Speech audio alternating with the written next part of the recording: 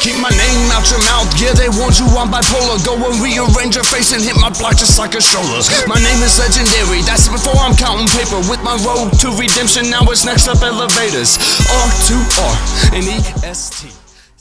What's going on, guys? Welcome back to this episode of the Road to Redemption podcast, and I'm as always your host, Cam Williamson. Good to be with you. I have a lot to talk about. None of it's going to be breaking news because it's not going to be what most people are talking about. I've gotten away from that a little bit. I've gotten away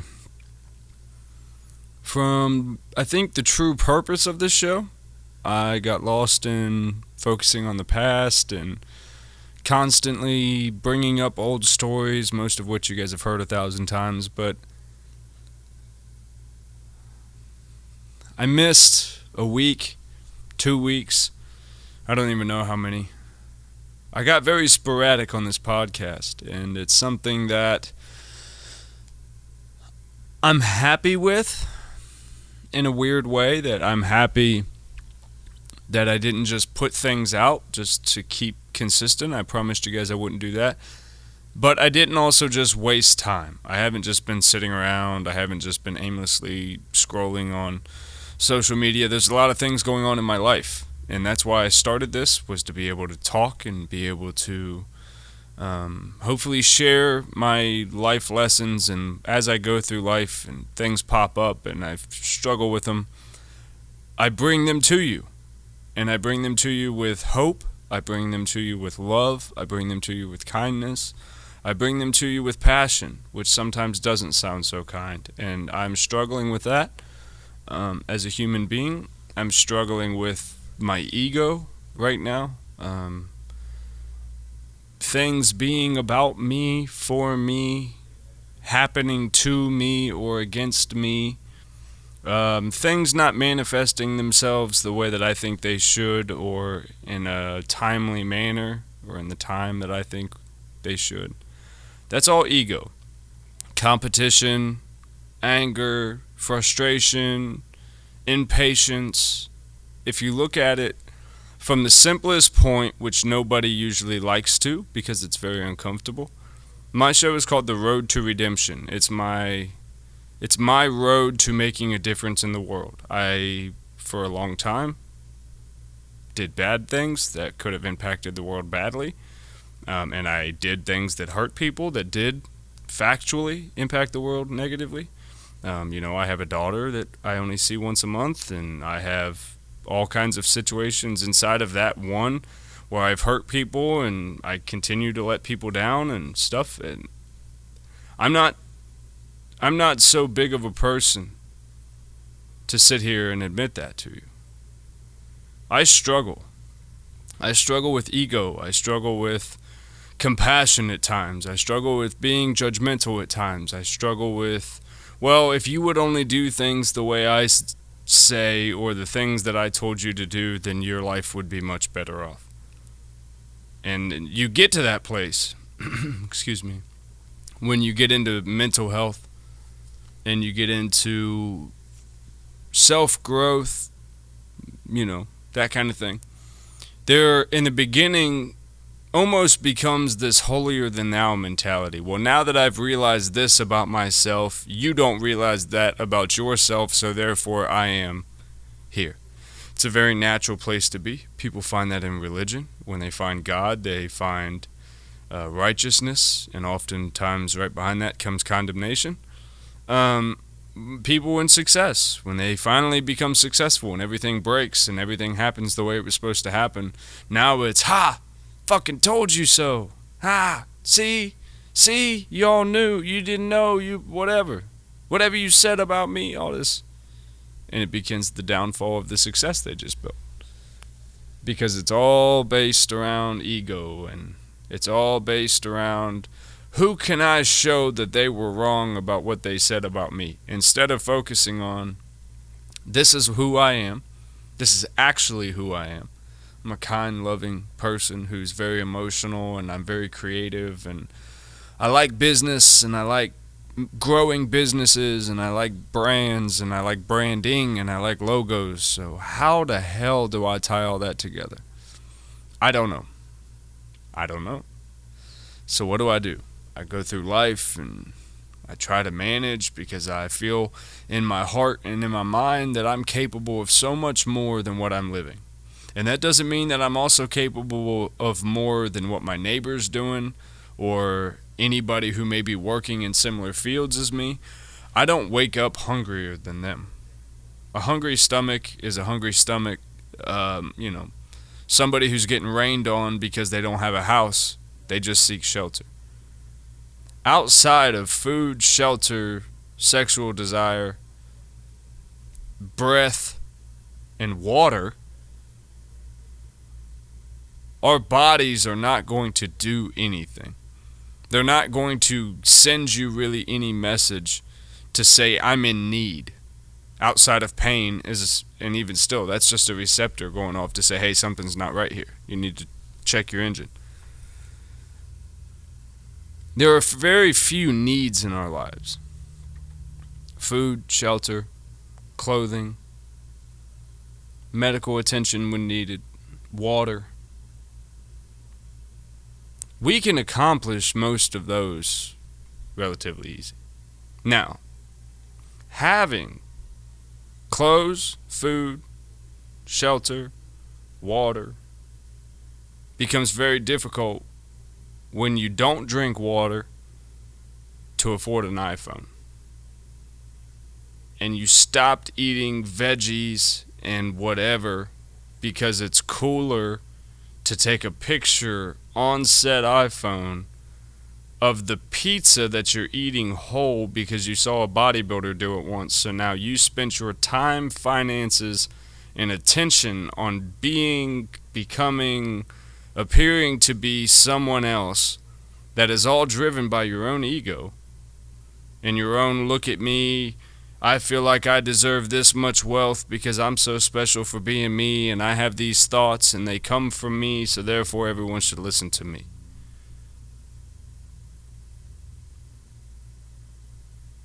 I don't think so. I think through life shows you life shows you a couple different messages guaranteed every time you wake up in the morning. This is a fact. You cannot negate any of these. I'd like to see anyone try. Nothing exists but energy and matter. Those are the two only things that actually exist factually. Energy and matter. Everything else is just a manifestation of those two things. Manifested by what? What turns a seedling of dirt or fertilizer and makes that act with a seed in the ground to become a tree that bears fruit? You then pick that fruit, you eat the fruit becomes you process it through your body, you kick it back out, you take what you need from it to run. One day you die and you become of said fertilizer, which will then one day become a tree, or God forbid they dig up your fertilized remains and put a courthouse on top of it. Shout out Columbus, Ohio. I say that because most of Columbus is built on Native American burial grounds, and wonder why it's such a dark and depressing place all the time. Let's talk about that. What is the difference? How do you come to this place of realizing that you are 100% your own fault, good and bad, in your life? All the bad shit that's ever happened to me has been 100% my own fault. I chose to be with people when I chose to be with them.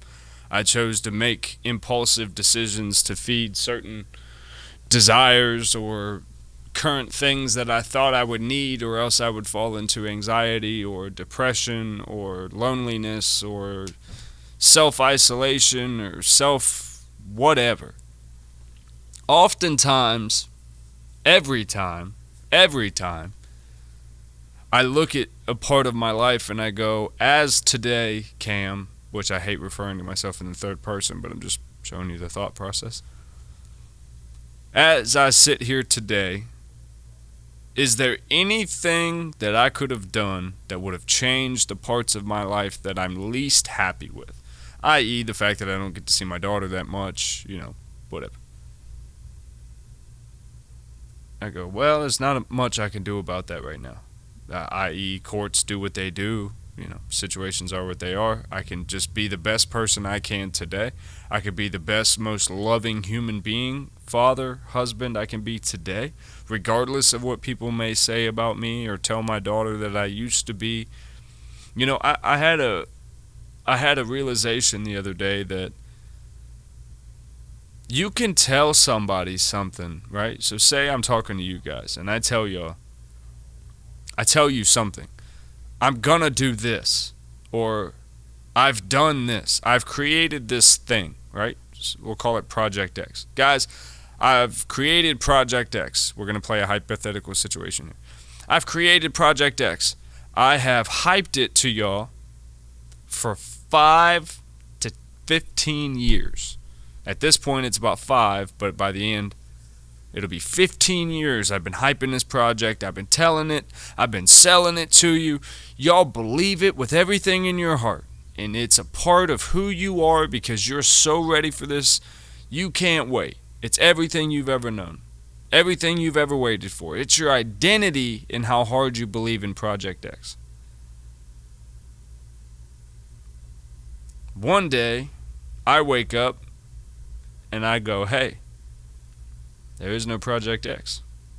Never existed. I never even spent 2 seconds on it. The most time I spent on Project X was just when I told you guys that it was coming. I never had a plan. I never had a goal in mind. I just hyped that I had a project that I have not released yet. Okay. You guys would at first be very upset. You would be very pissed that you spent so much time and energy waiting, deliberating, anticipating, sharing, supporting, all these different things over a span of years, whether it be 5 or 15. Then I feel like as quickly as you would be pissed, you would be confused. Why did he do that? He didn't have to do that. Like, there was literally no reason other than to gain attention to do that. Why would someone do that? And then because of the situation, you'll have two people. You'll have two groups of people. You'll have the people that want to sue me and that want to belittle me and degrade me because I led people on for years and years and hype this thing, and it's Fire Festival 101 or Firefest, whatever they call it. It's that all over again. Then you have a second group of people that go, well, the whole time I thought Project X was coming, I had imagined 100 times what it was, even though there was no tip, there was no hints, there was no nothing, because the creator of it didn't even know. There was no plan by them for it. It was up in the air. Everything was completely possible. So the second person goes, well, I imagined it was a supplement. I imagined it was a coffee. I imagined it was a cannabis thing. I imagined it was a fitness thing. I imagined it was something in the realm of what Cam does. That would have been really cool had he done X, Y, and Z. And then of that group, you'll have a smaller group that goes, well, he didn't do it. I'm going to do it. I'm going to do that. Let's do that.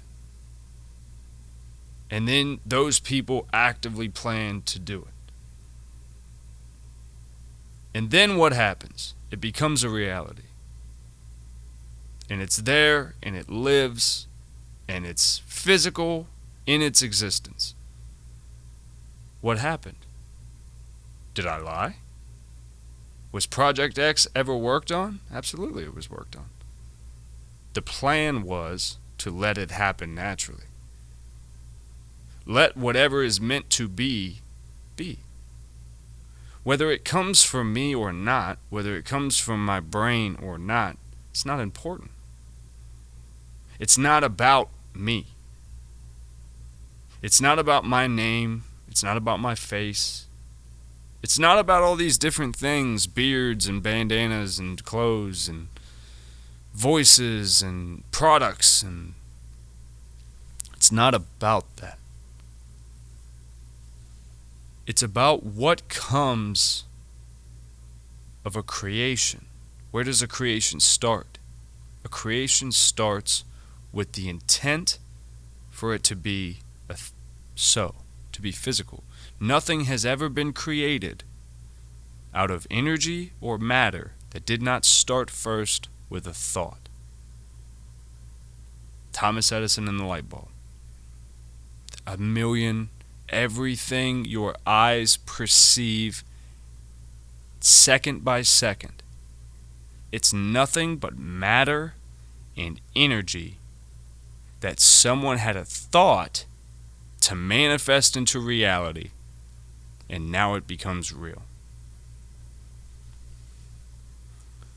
So while you're going through life and you find that life has been unkind to you, find where you've chased impulse. Find where you've chased impatience.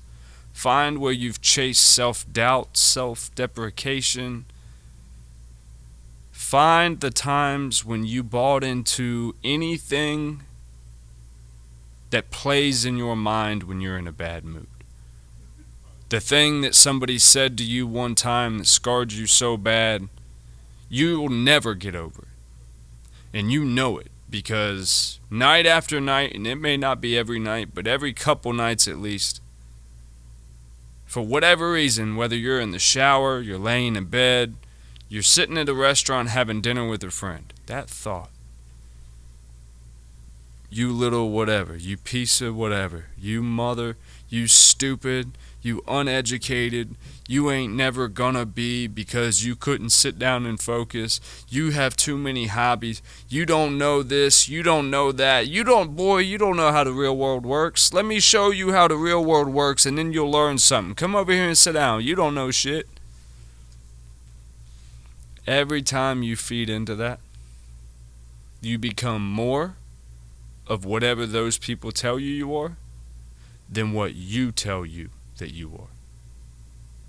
And it's a proven fact, nothing is anything other than energy and matter, and it comes from nothing but a creator that we don't know, we can't name, none of us are smart enough to name. We don't have that type of infinite knowledge because we are not,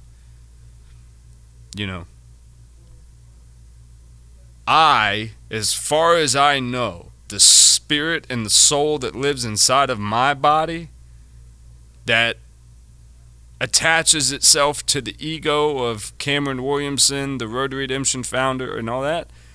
Anything attached to Cam Williamson and anything that I think attached to my ego had nothing to do with the creation of this planet. That I could promise you. It's just not smart enough. Now, what do I believe? I believe that there is a creation out there. It's an energy which we've proven is real. That energy controls how the world spins and how the sun keeps from burning us to death and how our breath goes in and out of our lungs without even having to think about it, and how when you scrape yourself, it heals when you don't have to think about it. And a bird creates an egg, and creation.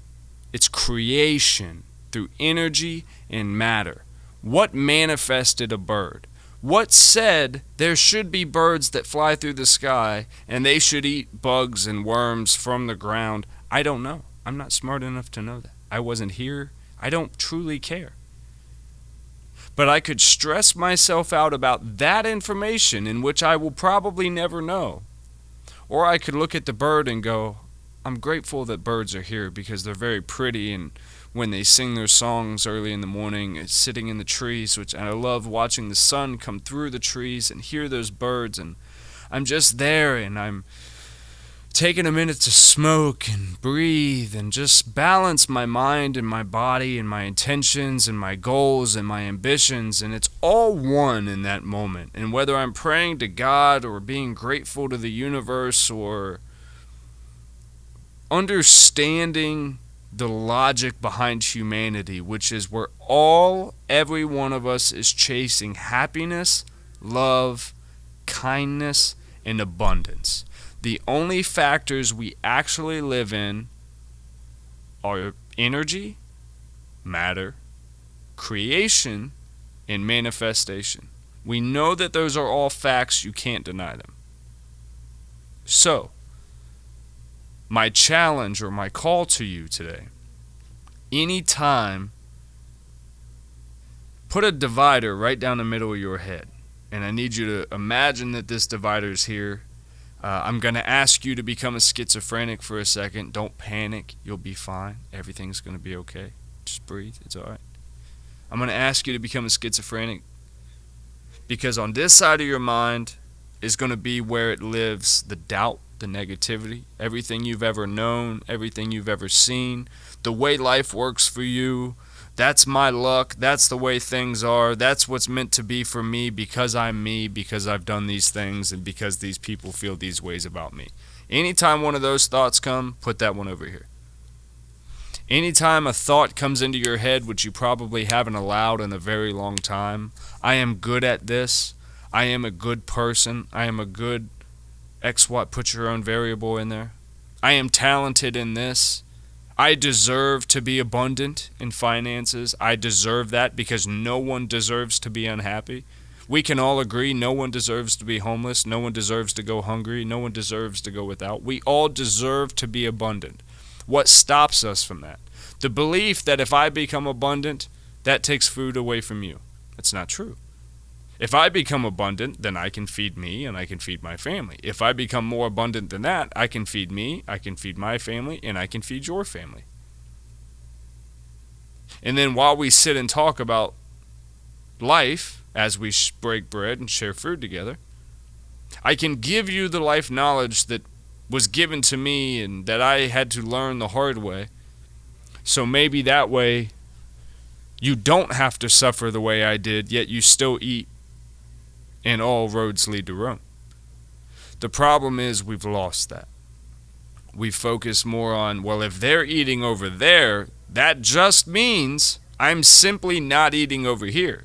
But if you walk to the line and go get food, you can eat. And to that, immediately your mind goes, well, that must be nice to those that have money to walk to the line. Sure, that's true.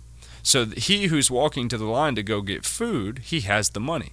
You not walking to the line because you don't have the money, well, what are you doing? You're sitting there, and you're thinking about the one who has the money. And then you're thinking about him in an ill intent because he's eating, nourishing a primal instinct. But the only reason you're angry about that is because you can't. Whose problem is that? Is it his because he did what he was supposed to do and took control of his own life and made sure he had the finances to feed himself when he was hungry? No, I don't think so. But to our ego, it feels that way. It feels like, well, look at them. Look at how happy they are. That's not fair because I never get any of that happiness.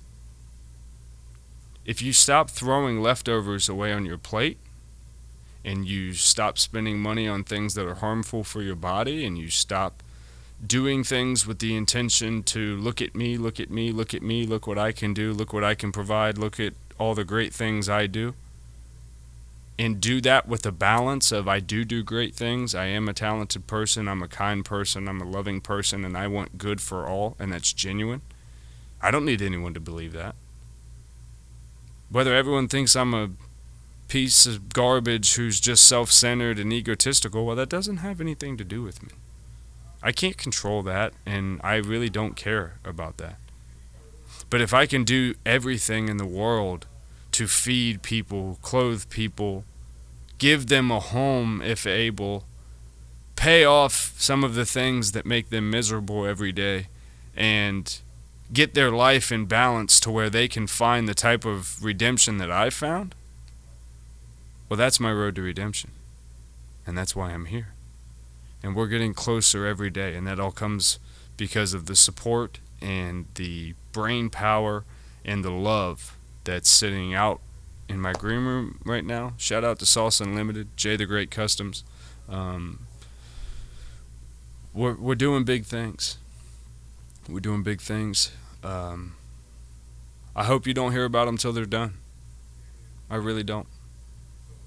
I hope, or I really do. I hope that whatever happens from here on out is not noticed because I promoted it or because I said anything was going to happen. I'm working more to what do I believe in as a person, as a being of energy that is physically interacting with this world. What do I want? What do I want? I want to be love and kindness to everyone. And I want to entertain people when they're upset. I want to give them things to think about to pull them out of the sadness. I want to give them things to laugh about to make them happy. I want you to know that there's hope in your worst days and that there's people that genuinely care about you and love you and don't just want your money and don't just want you to be another number under a followers page or doesn't just want you to show up to the grand opening of anything because it adds numbers to my list. My goal is only to be a service.